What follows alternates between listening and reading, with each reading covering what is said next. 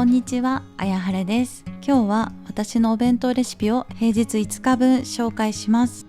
レシピを紹介する前に、私がお弁当を作る上で意識している3つの食事ルールを紹介します。以前から動画を見てくださっている方は、前回の動画と同じ内容になりますので、概要欄からスキップしてください。まず1つ目に、主食は玄米を 100g 食べます。私はダイエットを機に小麦粉や白米などの白い炭水化物をやめて、栄養価が高く腹持ちのいい玄米を食べるようになりました。いつも保存容器に約 100g ずつ詰めて冷凍保存しています。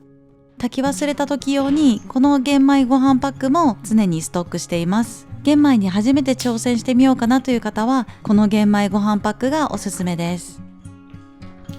2つ目に、メインのおかずは肉か魚でタンパク質を摂るようにしています。ダイエット以前はパスタやパン、白米を中心とした食生活をしていたのですが、効率的に痩せるためにタンパク質中心の食生活に変えました。私は1食あたり 25g のタンパク質摂取を目標に食事をしています。目標設定の数字は体重によって変わってくるので、概要欄に計算式を載せておくので、やってみようかなという方は参考にしてみてください。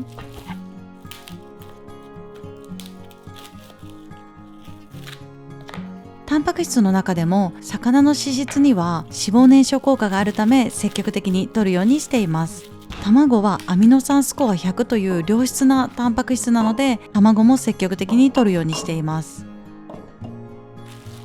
3つ目に、副菜として野菜、きのこ、海藻類で食物繊維を摂るようにしています。ただこれに関しては、お弁当だけではなかなか十分な食物繊維を摂ることができないので、私はスープで食物繊維を足すようにしています。今は在宅なので、お昼時になったらお味噌汁などのスープを作って足すようにしています。出社していた時は必ずコンビニで海藻類やキノコなどが入ったスープなどを買って食べていました。